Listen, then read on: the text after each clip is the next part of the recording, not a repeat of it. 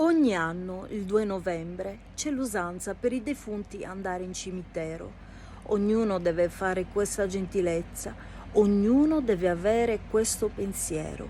Ogni anno, puntualmente in questo giorno, di questa triste e mesta ricorrenza, anch'io ci vado e con dei fiori adorno il loculo marmoreo di zia Vincenza. Quest'anno mi è capitata un'avventura. Dopo aver compiuto il triste omaggio, Madonna, se ci penso che paura, ma poi mi diede anima e coraggio. Il fatto è questo, statemi a sentire. Si avvicinava l'ora di chiusura. Io, piano piano, stavo per uscire buttando un occhio a qualche sepoltura. Qui dorme in pace il nobile marchese, signore di Rovigo e di Belluno, ardimentoso eroe di 1000 imprese, morto l'11 maggio del 31. Lo stemma con la corona soprattutto, sotto una croce fatta di lampadine, 3 mazzi di rose con una lista di lutto, candele, candelotte e 6 lumini. Proprio accanto alla tomba di questo signore c'era un'altra tomba piccolina, abbandonata, senza nemmeno un fiore, per segno solamente una piccola croce. E sopra la croce appena si leggeva Esposito Gennaro Netturbino. Guardandola, che pena mi faceva questo morto senza neanche un lumino. Questa è la vita tra me e me, pensavo, chi ha avuto tanto e chi non ha niente. Questo pover'uomo s'aspettava che anche all'altro mondo era pezzente. Mentre rimuginavo questo pensiero, s'era già fatta quasi mezzanotte e rimasi chiuso prigioniero, morto di paura davanti alle candele. Tutto a un tratto che vedo da lontano 2 ombre avvicinarsi dalla mia parte. Pensai, questo fatto a me mi pare strano. Sono sveglio, dormo o è fantasia? Altro che fantasia, era il marchese, con la tuba, la caramella e il pastrano. Quell'altro dietro a lui un brutto arnese, tutto fetente con una scopa in mano. E quello certamente Don Gennaro, il morto poverello, il Netturbino.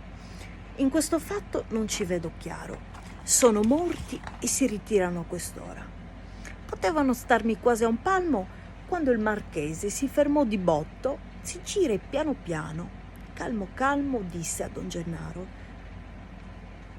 giovanotto, da voi vorrei saper, vile carogna, con quale ardire e come avete osato di farvi seppellir per mia vergogna accanto a me che sono blasonato. La casta è casta e va sì rispettata, ma voi perdeste il senso e la misura. La vostra salma andava sì inumata, ma seppellita nella spazzatura. Ancora oltre sopportar non posso la vostra vicinanza, puzzolente fa d'uopo, quindi che cerchiate un fosso tra i vostri pari, tra la vostra gente. Signor Marchese, non è colpa mia. Io non vi avrei fatto questo torto. Mia moglie è stata a fare questa fesseria. Io che potevo fare se ero morto? Se fossi vivo vi farei contento. Prenderei la cassa con dentro le 4 ossa e proprio adesso, in questo stesso istante, entrerei dentro un'altra fossa. E cosa aspetti, o turpe malcreato, che l'ira mia raggiunga l'eccedenza? Se io non fossi stato un titolato, avrei già dato piglio alla violenza. Fammi vedere, prendi sta violenza. La verità, Marchese, mi sono stufato di ascoltarti e se perdo la pazienza mi dimentico che sono morte, sono mazzate. Ma che ti credi d'essere un dio?